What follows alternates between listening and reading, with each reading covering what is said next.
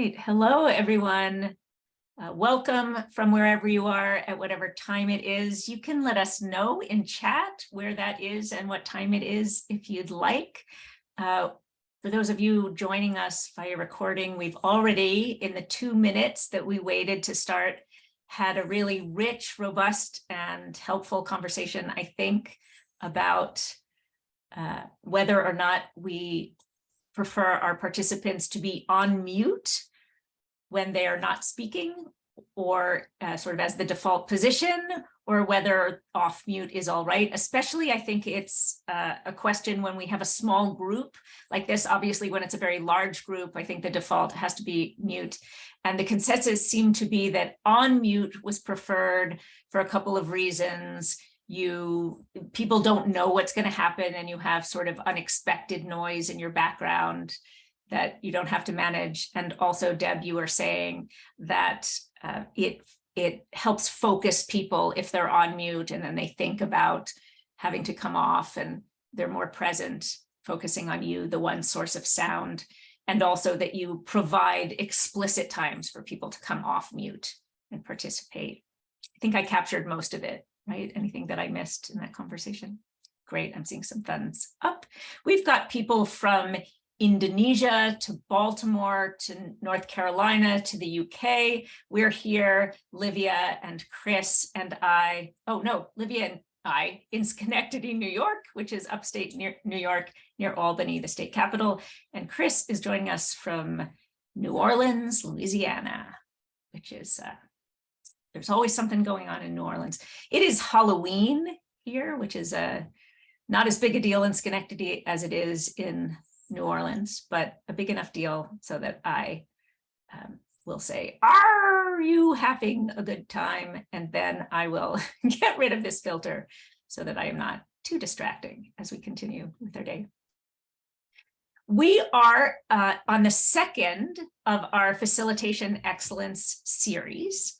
And for those of you who are not with us the first time, you can catch that first session via recording if you would like. You do not need to have been there for that. You will have missed nothing by that you need to know for today. But I will catch you up just a little bit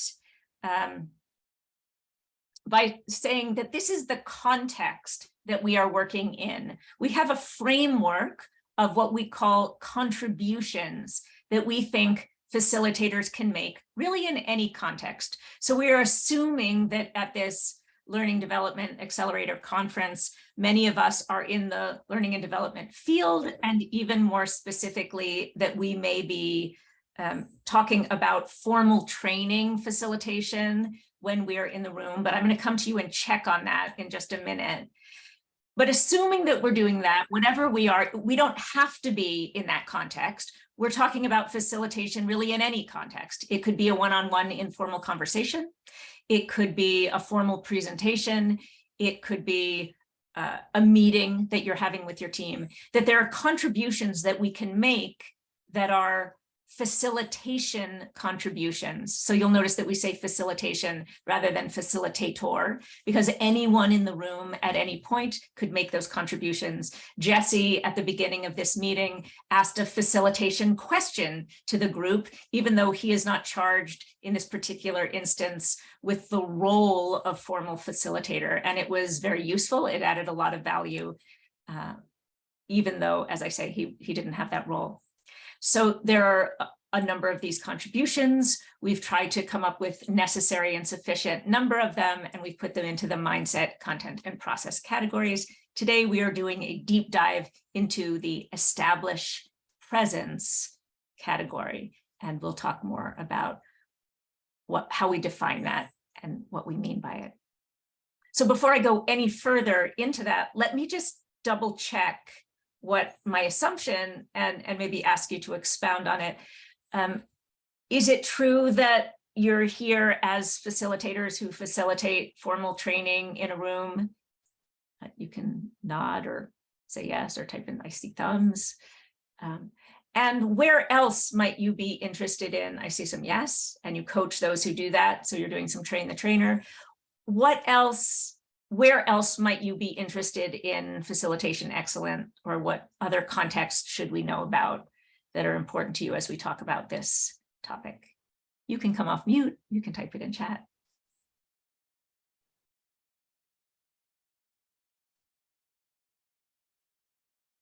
Facilitating meetings with SMEs, yep. Consultant or coaching perspective, yep, all of that. Great.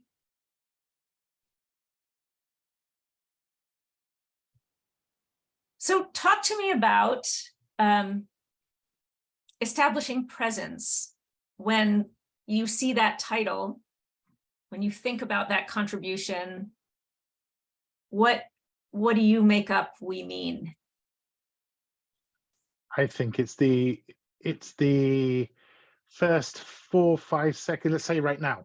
The fact that you were there first, let's say you now join 30 seconds late, you've immediately set some, thing in someone's mind over there. So it's almost like the elevator pitch, Kat. How do you, what is that presence? I mean, if you've had a bad night's sleep, you wake up and it shows immediately. You haven't even opened your mouth, and people have made that impression. And I think this has become very, very important in the digital space, is how you make that immediate impact. It's from the way you sit, the way you welcome everybody, even though it's a Monday morning and people have had a rubbish weekend. It's that kind of elevator pitch, but even more elevated, particularly in this space. That's what I think what it means. Beautiful, Ro. What I love about what you said is that you're really homing in on the established part, right? That, like, what's that first hit? When I was an actor, we were taught that casting directors make up their minds about you in the first 7 seconds of your audition. You walk into the room. It was very disconcerting. It was very upsetting and sort of demoralizing to think about. You've planned your whole audition. You have this wonderful monologue, and within 7 seconds, you walk into the room and they'll have made up their mind about you. So there is something about a first impression and what's the first moment of what you do. I really love that. What else comes to mind when you think about establishing? I've heard the same about hiring decisions, by the way. Yes. That the hiring decisions are made. Yeah. Within the first few seconds. So, Kat, as you know, when you had their first session, I was actually in the middle of delivering a training of virtual trainers. And the day after that first session, I was doing a session on establishing your virtual presence. And so what we talk about there is some of the basics, just being heard and being seen. So making sure that you've got good equipment so you can be heard, making sure that if you're going to be on camera, that you're sort of positioned well on the screen, that you're making eye contact with the webcam, not looking off down here or down at your notes. We also talk about just what's behind you, because you don't really think about that, but that's people are looking at seeing what's behind you. And then we spend some time on using your voice as effectively as possible, good tone, good intonation, things like that. So those are some of the things that I think about when I think about establishing presence. And I think all of this lends itself towards establishing your brand as well. And then what I mean by brand is, are you going to be the sort of person who's going to be, I'm the teacher, or are you going to be the person who's going to throw it over to the inmates? Let's have a discussion over there. So I think it lends itself towards that as well. Gorgeous.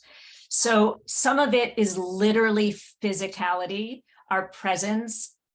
This is our instrument, our body and our voice, and especially when we're doing it at home and virtually, we are in charge of our set and our tech. One of the things that we've been talking about over the last couple of years is when we're establishing presence virtually, it's like being on film or on camera. When we're establishing presence in live space, it's like theater. It's like being on the stage. So principles may be the same. The language of that is different, right? The rules, the technical rules are different, but the principles are the same. And then what style of presence do you want to create? What is your brand? What is your style of theater? What kind of character or relationship with your audience do you want to create? Anything else that comes up for you when you think about this in the context of facilitating training, coaching? I think in particular in digital space, there's nowhere to hide. In a face-to-face, two people can have a conversation over there and you're not on, you're not visible. You can hide in the midst of it all. But here in this world, no, man, you're on all the time. Even as Mark said, that little glance away or that fiddling with your phone sends a message to the people that you're operating with. Absolutely. Another thing that's different about on camera. Hari, Carrie, Deb, anything you'd like to add? No, I mean, I'm just thinking about myself. You know, I've only been doing it this digitally for about a year.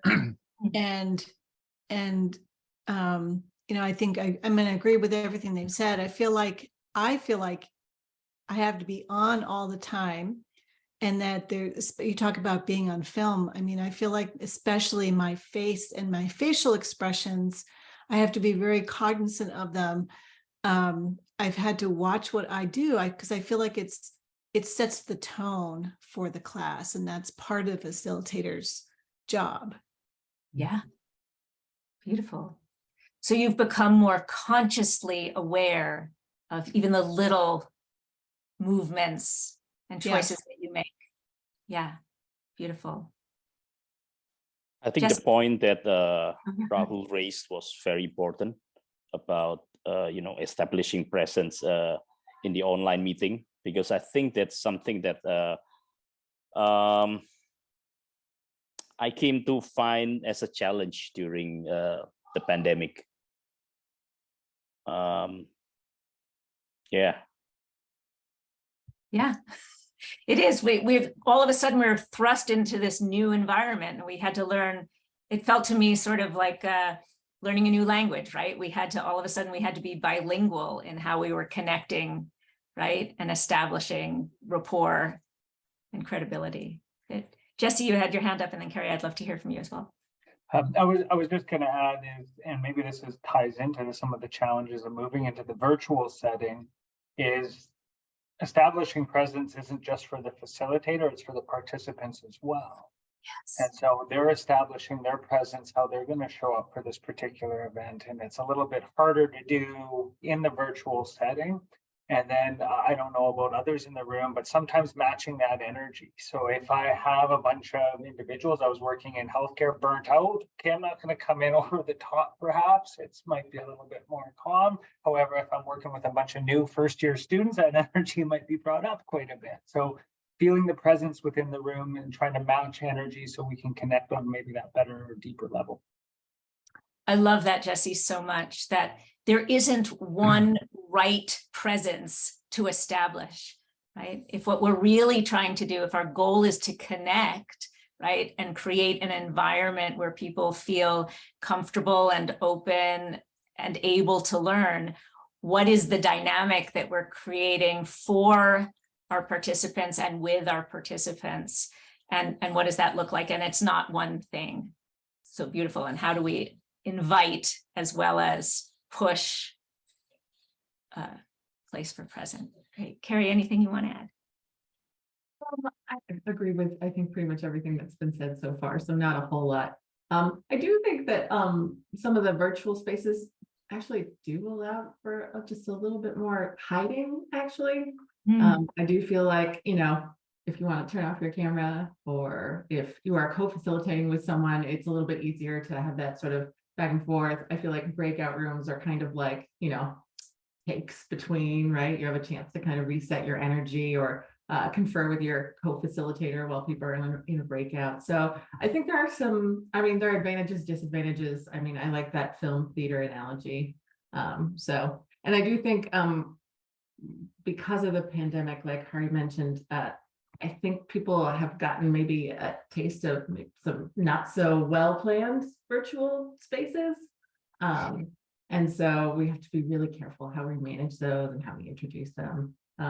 One thing, actually, it's funny when you say presence, we talk about sort of presencing or like an arrival exercise sometimes that we'll do to kind of help folks get into whatever space they need to be in to actually engage with material. So everybody's moving, you know, 1,000,000 miles an hour from Zoom to Zoom to Zoom. They probably need 2 or 3 minutes to kind of get settled and like think about why we're here and what we're trying to do, and at least just take a breath. Oh, so much in there, Carrie, so many things. I love what you're saying, even just about arriving, right? Among other things, we we didn't have to, especially during the pandemic, have to arrive in space, right? Like literally we would be going from, we didn't have to walk across the hall to another conference room, right? This meeting's over, now I'm in this meeting. Just to change our brains to this new topic would be something that for a while I know we were forgetting that we had to do. So what a lovely thing to give people a chance to actually arrive, right? To bring their brains along with their bodies into this space is a lovely thing to do. And the other thing that I heard in there that I think is really important that we'll explore today is, what are I don't even know if they're pros and cons, but what are the differences in terms of the opportunities in virtual space versus in-person space for connecting or hiding, for being present and not present? One of those is chat, right? There are people who may never have had their voice easily out loud in the room who now can participate much more easily by, saying, oh, here's an idea, when all the loud people are yapping and taking up the space, and we can hear more voices in the room. On the other hand, you have a room full of people and it might be harder to get people to participate because they have their camera off or they're disengaged or they're competing with other things on their screen. So I love what you're saying about looking at all the different facets as opposed to just saying better or worse, which I think the conversation, it's easy to have the conversation be a reductive one, like so many conversations that we have out in the general zeitgeist.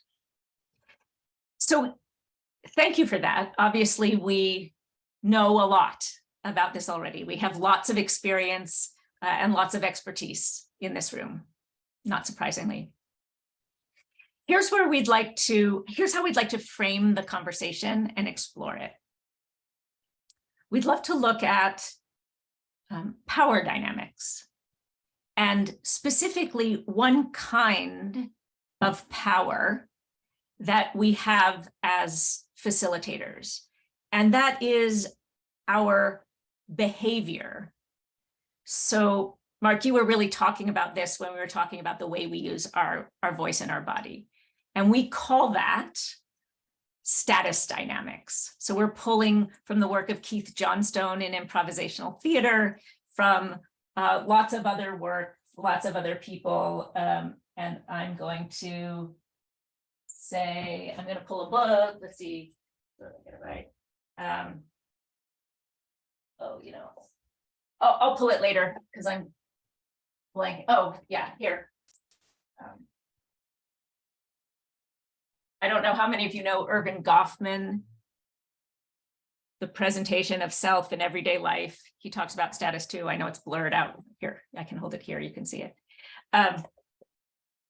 The idea is that power comes from, there are all sorts of different types of power. There's a great book called Power, A User's Guide by Julie Diamond. I'll send you all this information. I'll send you my slides after this that I'm not using right now because I don't want to not see you and have you not see me because of presence, which goes away as soon as I put up a slide in virtual space. My head gets small, so I don't want to use slides a lot. Julie Diamond wrote a book called Power, A User's Guide. Livia just put it in chat. And she says, power is a plural noun. And the point is that the power comes from lots of things, right? It comes from formal authority and title. I walk into the room, I show up today, I'm the facilitator in the room. For today, I have a certain amount of power and authority because my name was on the title of the course.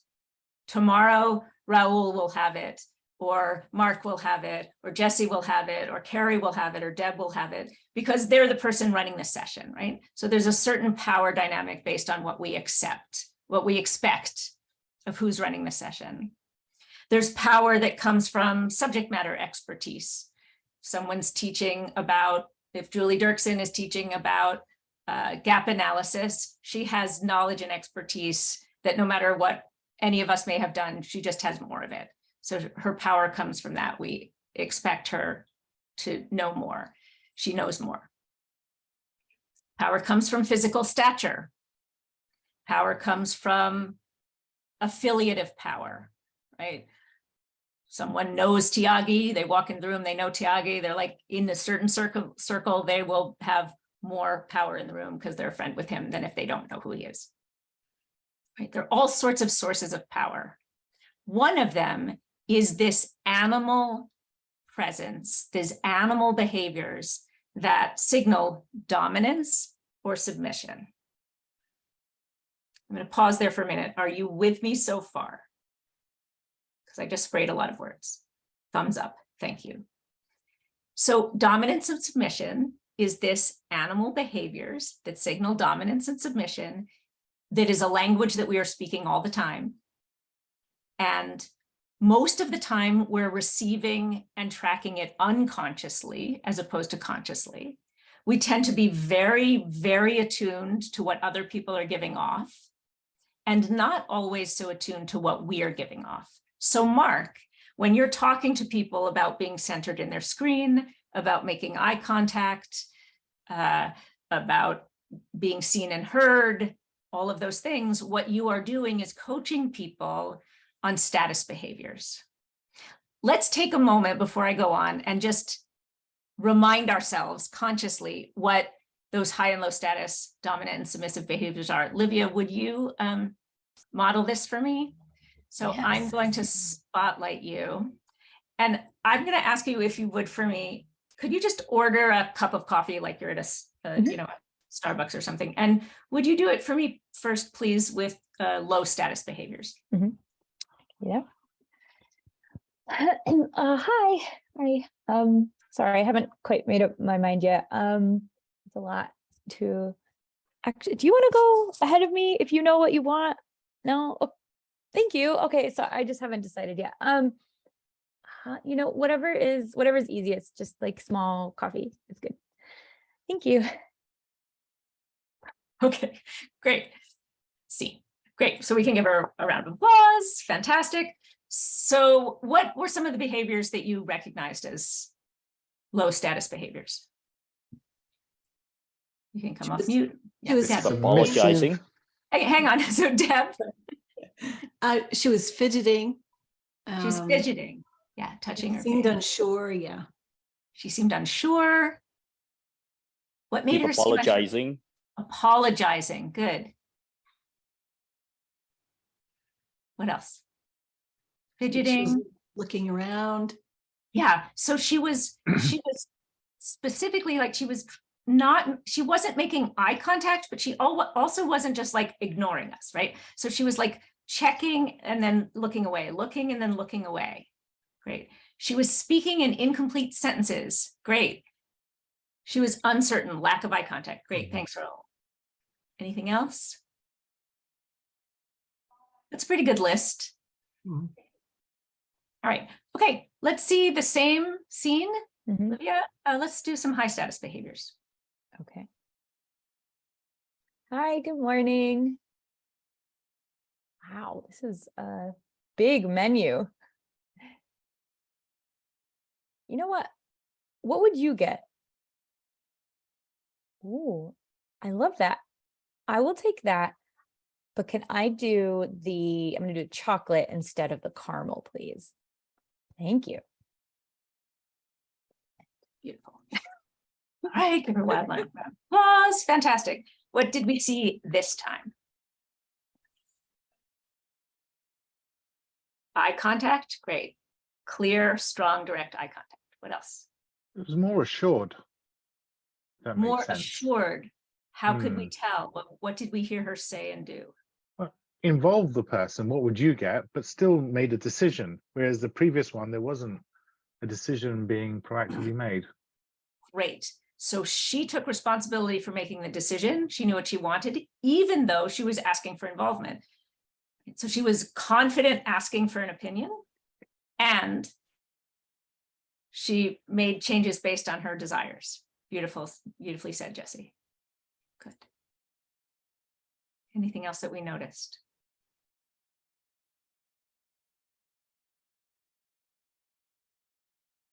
Much stronger eye contact in this one. Much stronger eye contact. Clear still. When she looked away, she looked away. I'm looking at the menu. She looked And also back. facial expressions were much more defined this time in terms of the smile and the way that it was engaged than in the previous example. No, Yeah, but when she wasn't engaging with, oh, sorry, Dick, go ahead. no, I just said no fidgeting this time. No fidgeting. The body all- language was kind of straight here, not just kind of hunched and very different.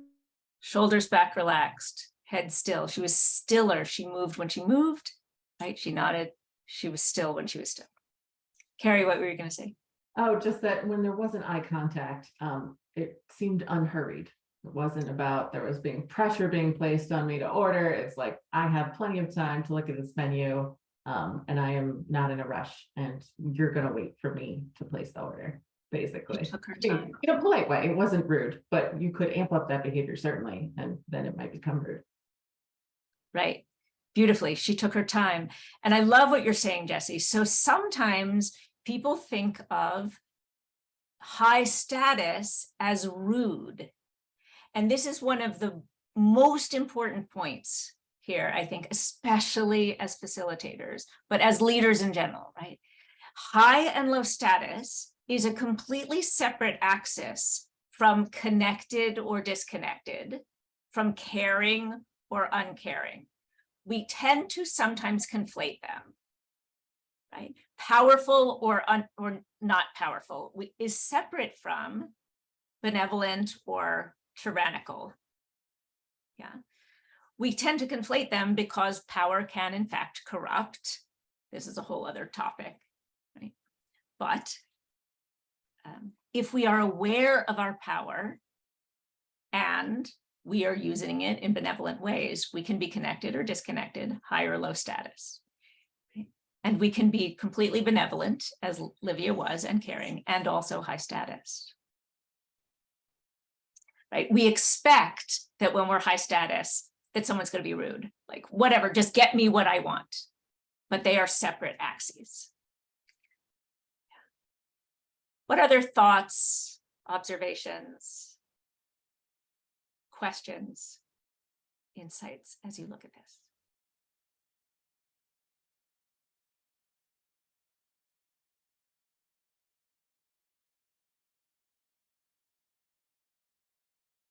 So the question then becomes, one of our questions becomes, oh, I'm sorry, did someone raise their hand? Oh, no, I was just reacting to Oh, Livia's Jesse's a comment in the fantastic chat. Did sorry, I an missed it. overly Wow. dramatic Wow. thing. I must. I did not mean to pass over that too quickly. Just to open up my brain, see, okay, so this is a perfect example. So I want to pause and open up my facilitator brain for a minute. So I just got a new computer. I just got a new desktop 3 years into the pandemic. I was like, I should have a desktop. And so everything is different. Oh, it's not even the new desktop. It's the new Apple operating system that has this stage manager function where you open something and it puts something else over there. And it's like moving things around for me. So I open a window and it closes the other window, right? So I open my slides and it closes Zoom. So I open my slide to move to the next slide and this window goes away for a minute. So for a minute, I don't see this chat, right? And I miss an offer that comes into the room, which is Livia is a fantastic actress. And I'm talking about something else. And I don't see this offer. Livia is a fantastic actress. And I go on. And that's like a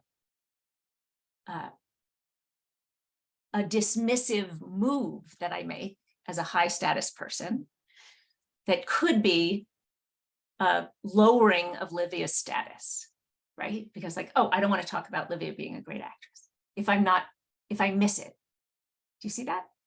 So not only do we raise or lower our own status, we can raise or lower other people's status as well. And as a facilitator, as you were saying, Jesse, it's not just, status is always in relationship to something else. And it's not just what we do to ourselves. It's also what happens in the connection or the relationship to other people. So that's what we want. I'm sorry. I was just going to add, it's because it's a fantastic conversation to have with chat, because sometimes when I'm facilitating virtual sessions, it can also become a distraction. So here I'm moving on to my content, but there's this really great conversation that's occurring in the chat, and then it's, do I move forward because we're allotted only so much time, and our stakeholders are going to say we need to meet these outcomes. But at the same breath, I don't want to dismiss this other conversation based on how powerful it is. So then it's in this moment, I have to make a decision. What I've found myself doing is trying to not necessarily limit what happens in chat, but just be really conscious about when I want people typing into chat and when not, to try and avoid some of those sidetracks that we can get down, kind of like what's happening now, so I apologize. But yeah, just an interesting thought. It's beautiful, right? And part of that we'll talk about when we talk about adapting for impact. Part of it is about managing focus, right? And Deb, you were talking about this. When do I have people on mute? When do I have them off mute? How do I manage their focus on me? When do I want to say, okay, eyes on me? And when do I want to say, okay, talk amongst yourselves, go have the conversation you want to have? When do I want to follow? When do I want to lead? When do I want to say, there's a great conversation going on there. I'm going to let people have that conversation, and I'm going to have something over here, and it's okay that we have dual focus. And when do I want to say that is not helpful? I am a conductor. I am an orchestrator of what's happening in the room. It can happen in in-person rooms too, but the dynamic is different, right? I can't have a side conversation in the room because it's going to distract people. They're going to hear it. They're not going to be able to hear two things at once. It's a benefit of virtual space and a drawback of virtual space that we can do two things at once, right? One of the things that's great in virtual space as a facilitator is to have a co-facilitator who can manage the chat. One option is to, if you're having a very, very big meeting, is sometimes people say you can only chat, put questions only, you can only chat with the facilitator. That's one way it happens, right? You turn off chat. If you have thousands of people in a room or hundreds of people, that makes sense. If you have a small room like this, it's helpful to see what are people interested in, where do they want to go? I can follow you. I have a plan for today, but really I want this to be a conversation. And so I'm following where you want to go because I can. Because of who you are, very experienced practitioners, and how many of us we've got. Yeah. On that note, I just did a session with, I think it was something like 400. It was ridiculous, the client wanted. And so I wanted to make it engaging. It was only a 1 hour session. So I'd ask open-ended questions. What do you think of this? And then you'd get ping, ping, ping. And there comes a point where you think, well, I've got enough data to now surmise it. But no, ping, ping, ping, ping, ping for the next 5 minutes. Then I learned, stop asking questions. That's right. We'll do it without the engagement. So it can become really distracting as well. That's right. We had to learn that, we're Tiagi trained through and through. And I'll just speak for myself. I had to learn when that style was not a benefit. When I needed to take more of a performer role rather than a facilitative role, because I wasn't helping people, right? I needed to take charge. And then how could I keep them engaged, which wasn't the same as interactive conversation? So how could I do that? I could ask poll questions, right? I could have word clouds. I could do structural things to get people's feedback, right? Or that was a way of getting feedback in the moment. Or I could say, ask your questions to my colleague who could then go through all the questions and pull out ones that were representative. Yeah, Jesse. And then I could put them in small groups to have small group conversations themselves and then come back. Yeah. Kind of to your point, Kat, what I've actually done, Raul, because I've just did a session with 350 leaders, very similar, and you're absolutely right with chat. And we're using Microsoft Teams, which will actually ping on your phone too.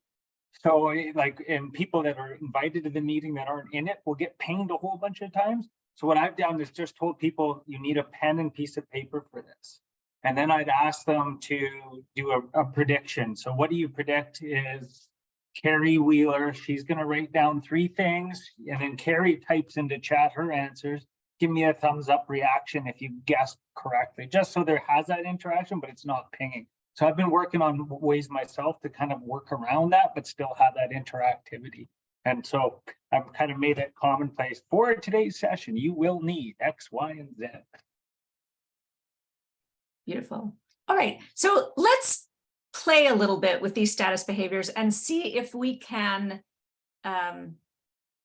practice raising and lowering our own status consciously and see what impact it has just with our behavior, not with our words. That's the first step that we're going to do, to see how good we can be at reading status signals and also doing status moves.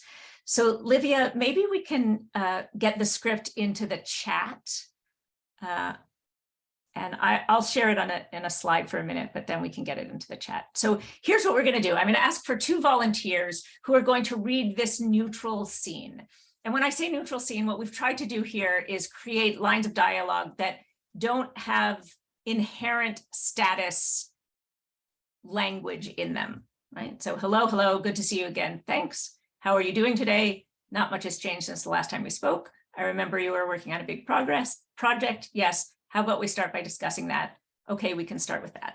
So we're just going to have 2 folks start by reading that script, and we're going to see the status dynamics that we see, and then we're going to give you some redirections to see if we can make deliberate status behavioral choices and see what that does. So who feels like they'd like to play? This is your chance. All right, Mark is going to play. And Hari. All right, fantastic. So I will spotlight. Here we go. Okay. So Mark, would you be person A? And Hari, would you be person B? And just go ahead and read the scene however you like. And what I'd like the rest of us to do is look for status dynamics. And then I'm going to ask you what you see. So here we go. Hello, Hello. good to see you again. Thanks. How are you doing today? Not much has changed since the last time we spoke. I remember you were working on a big project.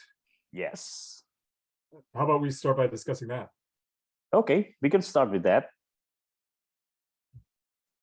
Beautiful. Give them a big round of applause. So what did we see? Let me ask a more specific question even than that. Was the status equal? Was one person higher than the other? I felt it was generally equal. I think they were both playing the same tune. Great. And Jesse also seems to think it was equal.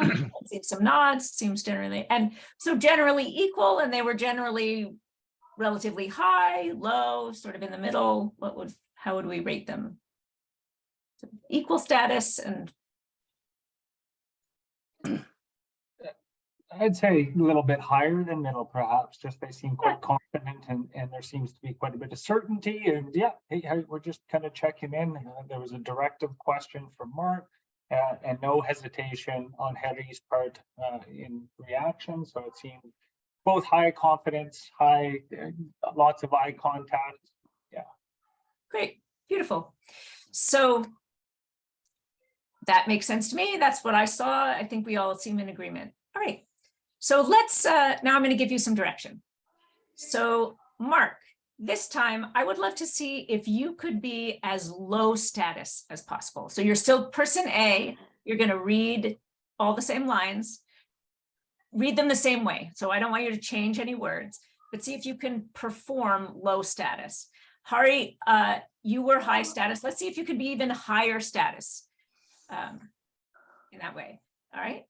And the rest of us are going to watch. Let's see if we can see A being low status, B being high status. If they succeed, that's great. Let's notice what they're doing. If not, we're going to give them some coaching. All right, here we go. Let me put your spotlights back on. And here we go. All right, here we go. Hello, Hello. good to see you again. Thanks. How are you doing today?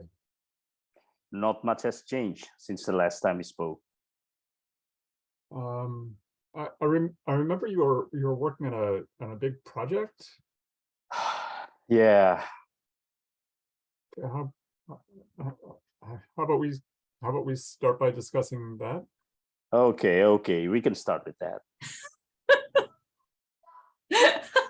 All right, beautiful, beautiful.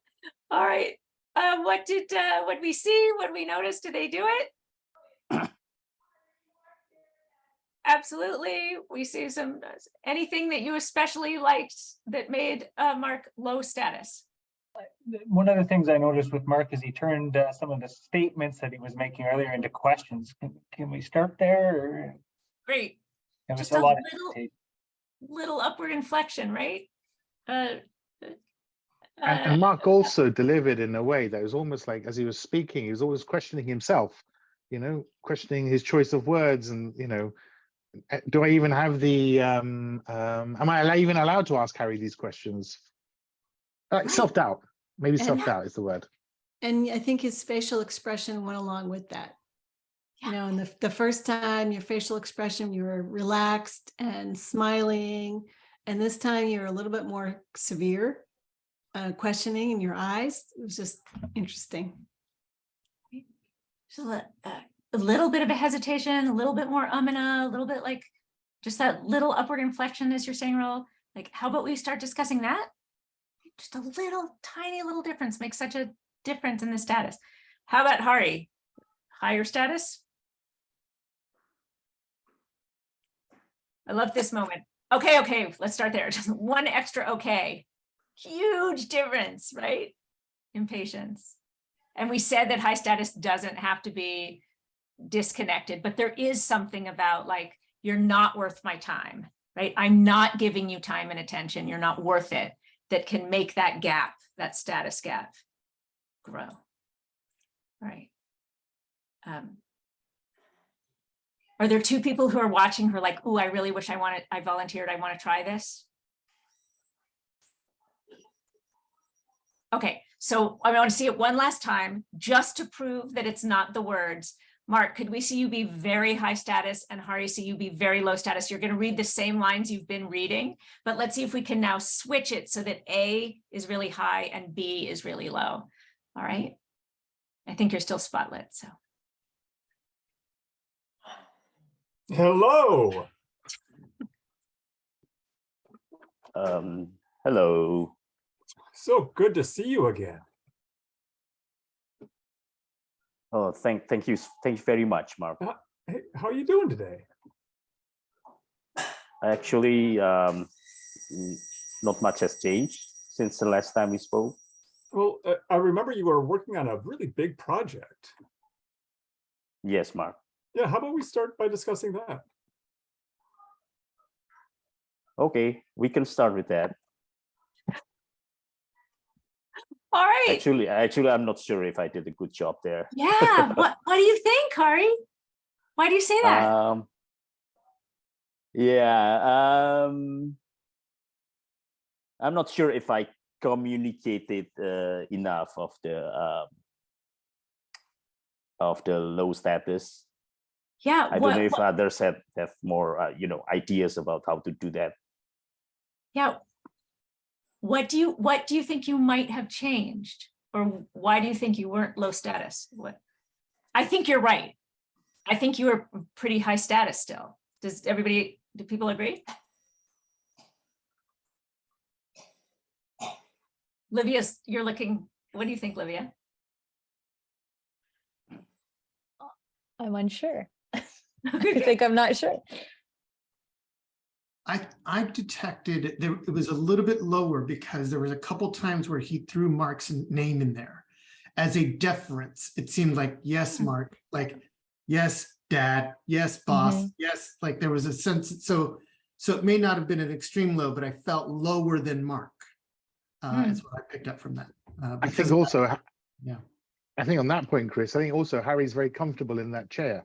and he hasn't moved from that position in that chair. Whereas Mark, you were forward and you're, almost not rocking, but you moved your body position. And I think in Harry's case there, you were just changing maybe the tone of your voice. If you changed the position of your body, that may have reflected more of a low status position. Ah.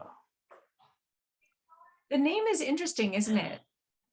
Because I heard you said Mark, and I wasn't sure if it was low status, like, oh, yes, Mark. Or if it was like, yes, Mark.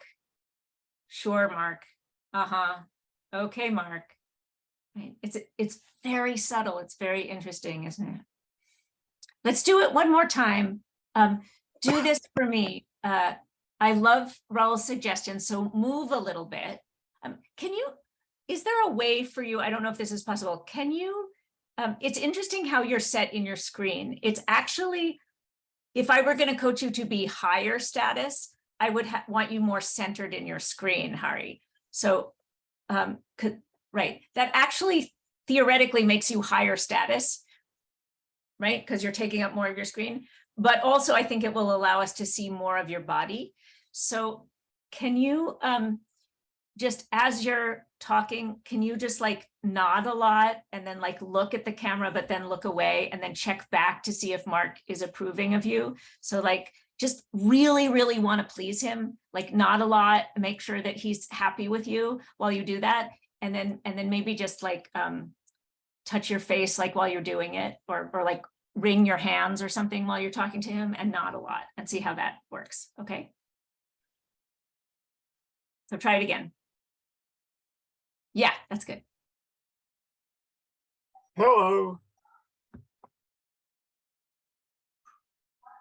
I'm sorry. Am I supposed to be the low status or high status? Yeah, low status. So we're going to try low status again. Let's see what you do. Okay. Take two. Hello. Okay. Hello.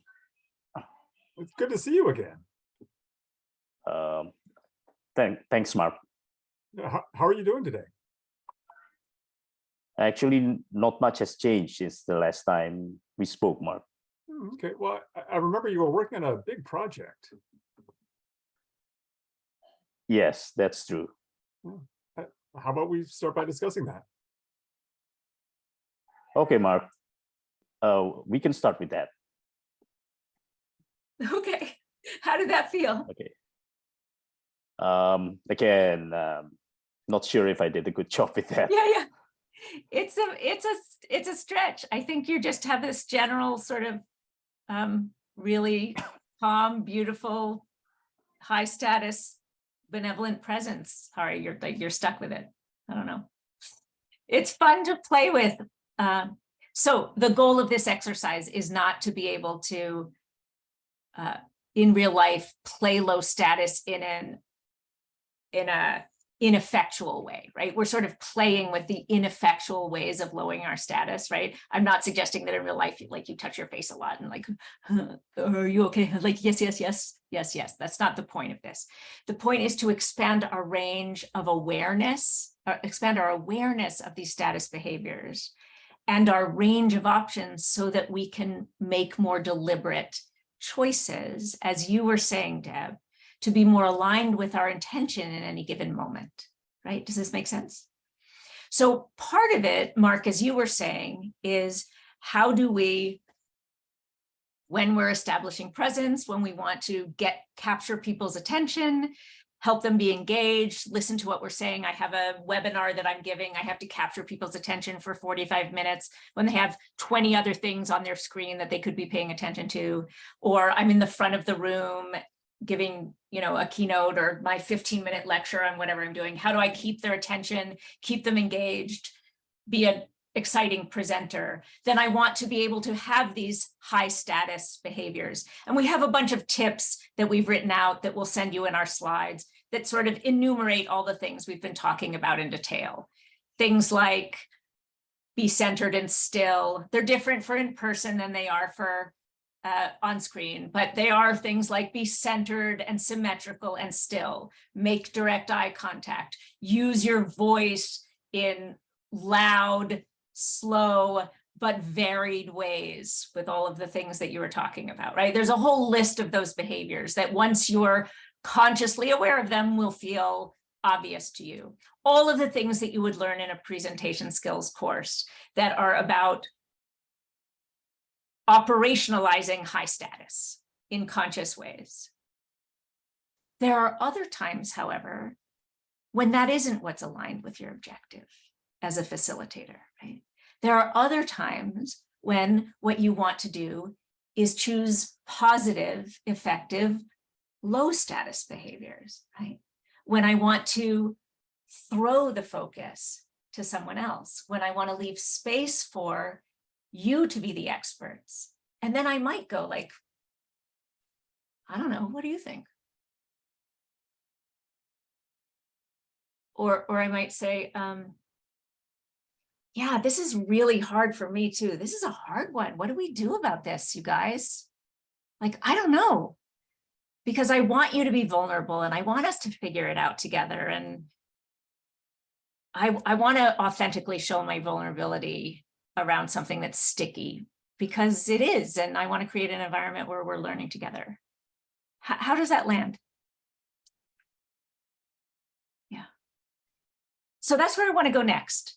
I want to talk about the impact that we have on others and how the choices we make impacts the environment in the room and the interconnectedness of status dynamics, and how it's not just about us, it's about the impact on others.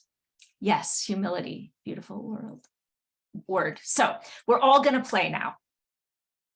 And here's what's going to happen. Can I share? I used to be able to share my view, but I don't see that I can do that right now, so I'm not going to worry about it. We're just going to go around and we're going to create an order. And we're each going to go around and do something to the person next to us. So there are going to be 2 rounds. In this first round, we're going to deliberately lower the status of the person that we're passing the ball to around the circle. Okay, so let me say this again in a more specific way. We're going to go around the circle, go around the screen, passing the status ball, if you will. And we're going to find out how many different ways, whether physically, verbally, or non-verbally, we can come up with to lower the status of the person that we're passing to. Disclaimer, I am not suggesting doing this in real life. This is a game to identify different ways that we could lower the status of the person next to us. So if I pass to Hari, who is the next person, and I were going to try to lower his status, I might do something like, yeah, Hari, okay, yeah, maybe that's true, but that wasn't really what I was thinking of. Does anybody else have an idea? Right? Get it? And now, Hari, you're going to pick someone else, and you're going to find a different way that you might lower their status with something that you would do or say. Understand?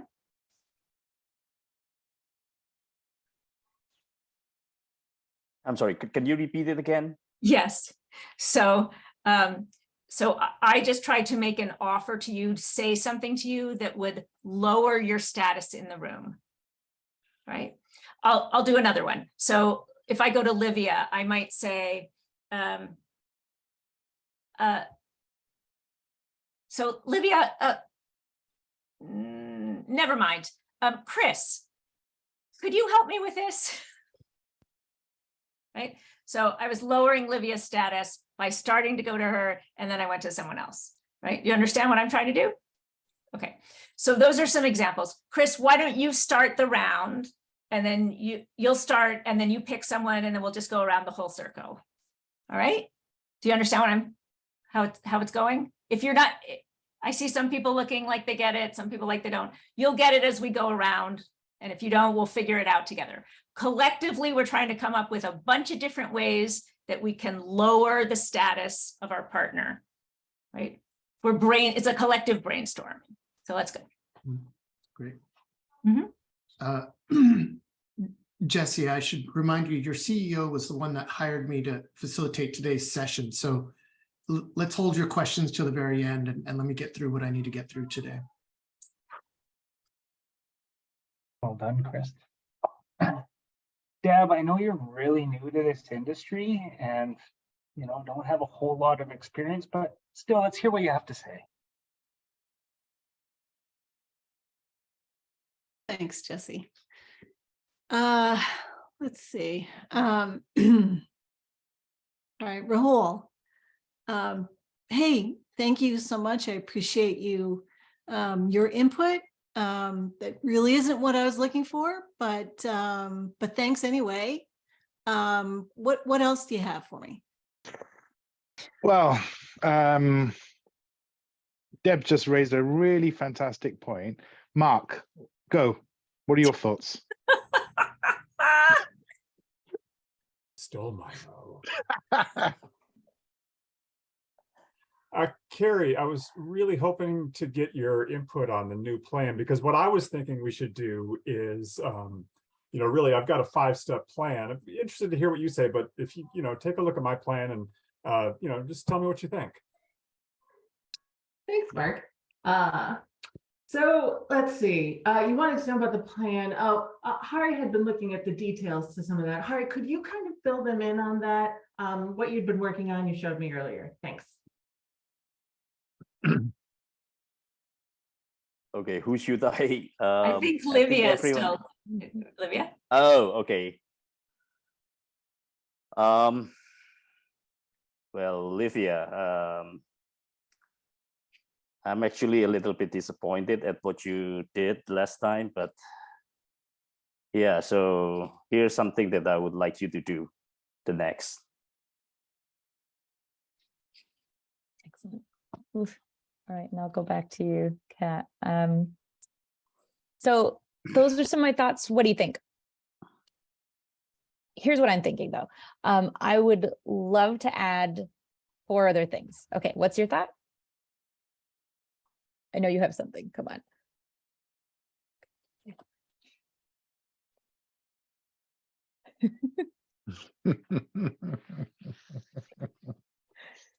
Okay, so thank you, Livia. That was awesome. You actually captured our order. Thank you so much for that.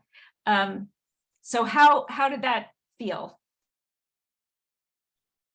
Uncomfortable. Yes. We just did this with a live group last week, and they were like, why are we doing this? Like 4 people in there were like, why are you making us do this? So yeah, too real. Oof, Mark. Yeah, isn't that the truth? Well, I guess that's a question. Like, I think we all are nice people. Like, we don't like to think of ourselves as doing that. I don't think we explicitly try to do that deliberately. And yet it does feel real too, right? It feels awful and real. So what's going on there? I think, sometimes we could, sorry, go ahead, Karen. no, go please. ahead, Rahul. I was just going to say, sometimes even we might not even be conscious of it. We could regress into that behavior when we're under stress, time pressure, or we just had a nasty question, or we had participants, why are you here? We were sent here by our boss, so we could just regress into that. We just need to be consciously aware of it. Yeah. Sorry, Deb. No, I was going to say, I think too, some of these examples as we went around were things that I have experienced as a participant in a workshop where other facilitators have done to me. So that might be. Yeah. How many of us have experienced these behaviors as on the receiving end of these behaviors, right? And welcome. And how many of us have perpetrated these behaviors? At least sometimes. Yeah. Right. And it's kind of like, oh, I know for me, I see ones that I do and I'm like, oh God, just I feel sick. I'm like, oh God, I don't want to be that person. Like, that's not the impact I want to have.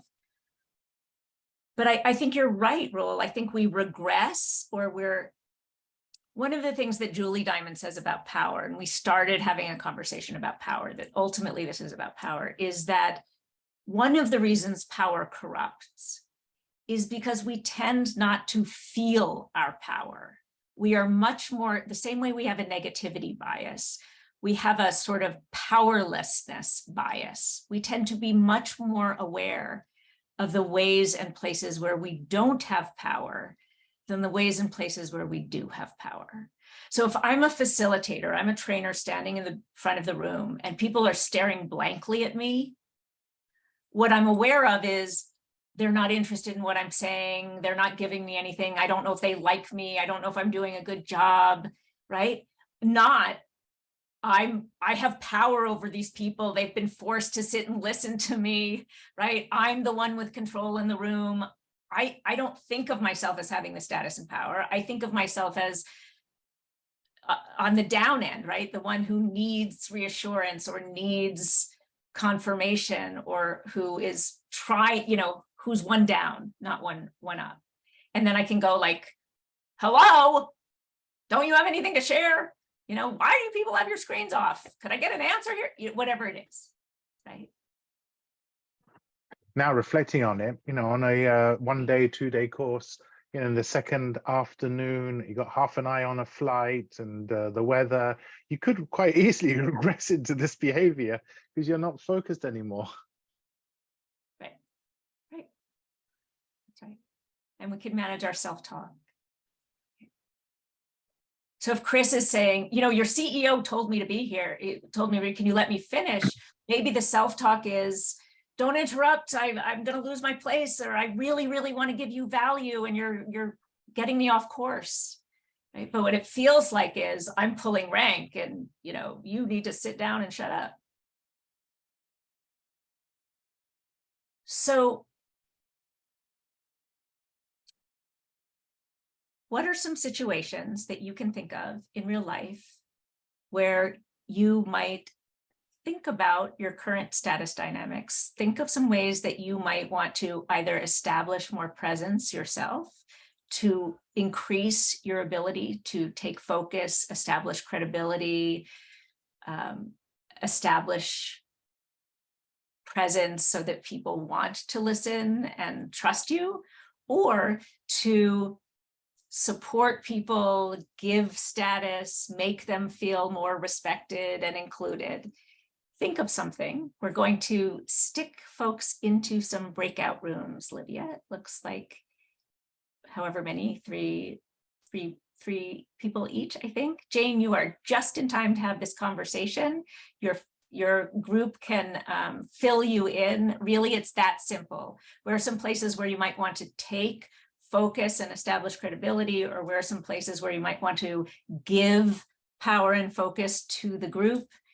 And what are some things that we've talked about that you think might help you do that? What are a couple of moves or things that you might want to try that are going to help you do that? We're going to give you 8 minutes to have that conversation, 10 minutes to have that conversation, 3 minutes each or so.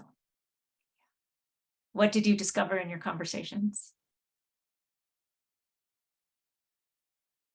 We had a few interesting conversations. Mark brought up a really fascinating point. It was more of a question than anything else in terms of understanding cultural expectations. And so we were kind of discussing that in terms of status and being able to pass it back and forth. But in some cultures, when you're brought in as the SME or you're facilitating a session, being open-ended, and actually the expectation isn't you hand status over. It is, I am here as the sage on the stage, and this, you should have all the answers and know it all. So it was kind of an interesting conversation there in terms of what are the expectations based on the culture in which you're working in. What feels really important to us, this is almost always true of everything we do, but what feels really important to us is that there is never one right answer. And certainly in terms of status relationships and status dynamics, there is not one right choice or one right performance, if you will, one right set of behaviors. But the question, what relationship do I want to have, how do I want to be showing up? What do I want to create in this moment is always a good question to be asking consciously. What we're hoping is that we can expand our awareness and our range of options so that we can be aligned with our intention in any given moment. And so if we know what the cultural expectations are, if we know what the structural expectations are, will be most effective, is it a webinar with 400 people? Am I online? Am I in person? Is it a 4-day session? Is it an hour session? Is it this organizational culture versus Y organizational culture, right? Who am I as a human being versus you, right? Then I can make deliberate choices, not just habitual unconscious choices. Yeah.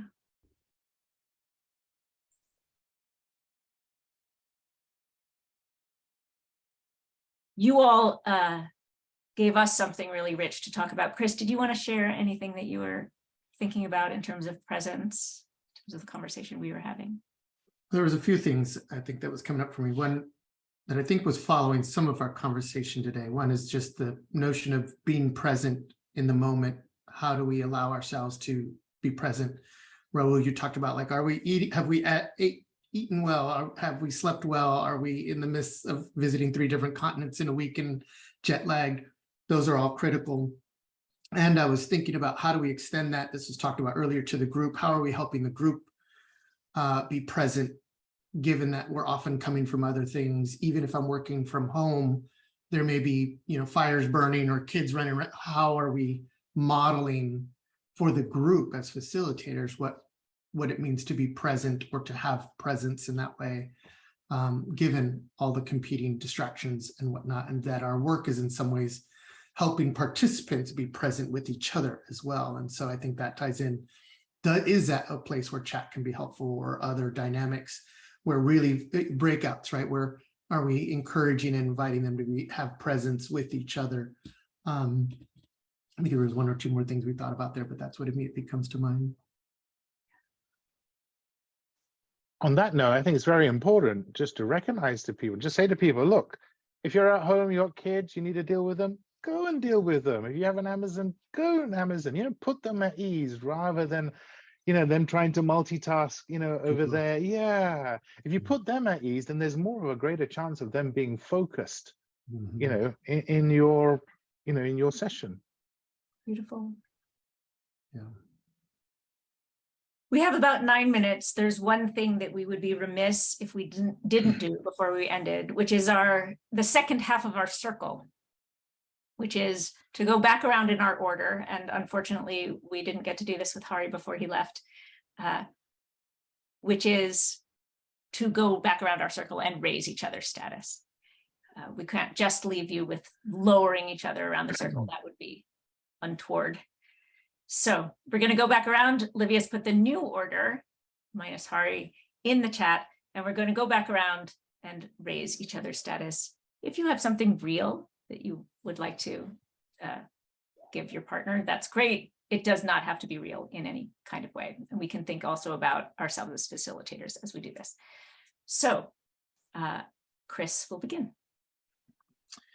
Hey, Jesse, as we both know, your CEO brought me in, but let me be very clear. I think the real genius is right here in the room with me, and I think you're part of that group. So I want to lean on you to help kind of co-create what the agenda ought to look like for today, because I think you all have a lot of wisdom that the CEO is missing when they brought me in. Thanks, Chris. Deb, I feel honored to be able to share this space with you. And every time you're able to offer a reflection, I tend to learn something and really align to it. So I really appreciate being able to learn with you in this LDA, and I look forward to joining more sessions with you. That's very nice of you, Jesse.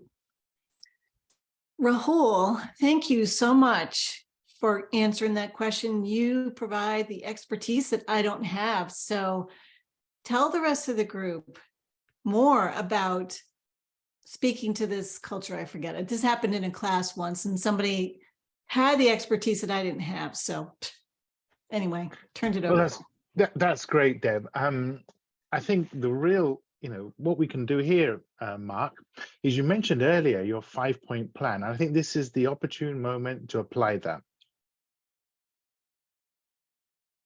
Thanks so much, Rahul. Jane, I know you couldn't make the beginning of this conversation, but I was so glad to see you join this session. Always learn so much when you are able to contribute to these conversations. So just really appreciate you taking the time to join this.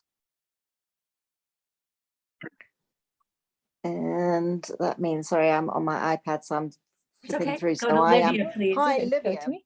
So, Livia, I think it's fantastic to have you on this call. I really look forward to seeing you again on other sessions within the LDA. And I would love to support and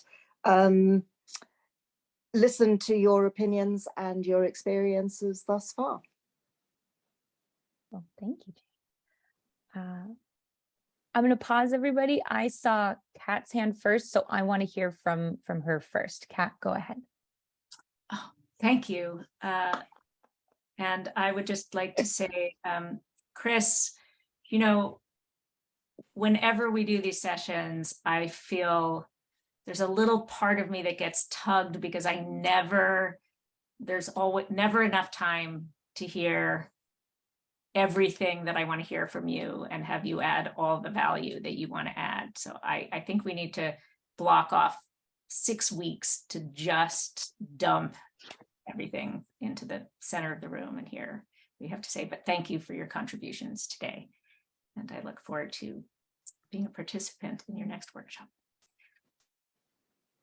So how was that compared to our first round? Well, just natural. That's what we do day in, day out. But yeah.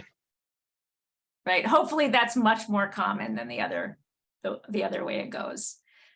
And then we know how to do that. It was interesting just because it felt like recognition, right? And so quite often a lot of the organizations I've been working for are looking to put in some type of recognition program.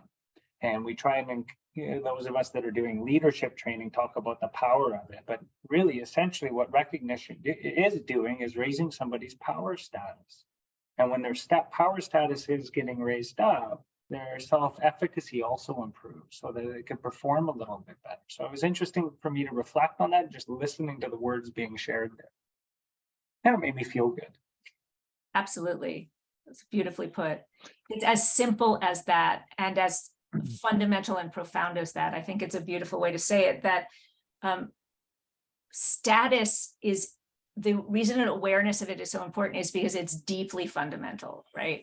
We care about being recognized in that way is another way of saying we care about our status because, as animals, it's how we figured out if we were going to survive, right? If we were going to be safe in the community, if we were going to get to eat and procreate, right? Was knowing that we, had our status recognized. So it's often more important than money or title, is just to be seen and heard and valued.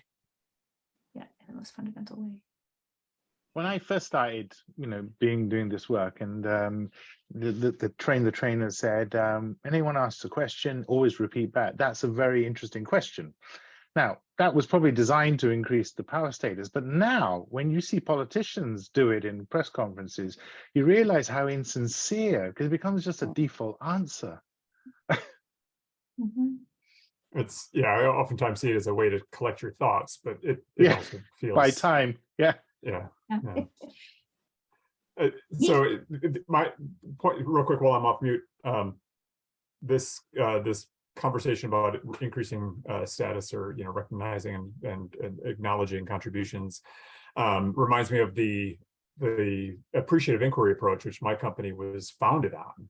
And we see the power of building on strength versus going from a problem mentality. You go from a strength mentality, and so I really appreciate the connections to that as well.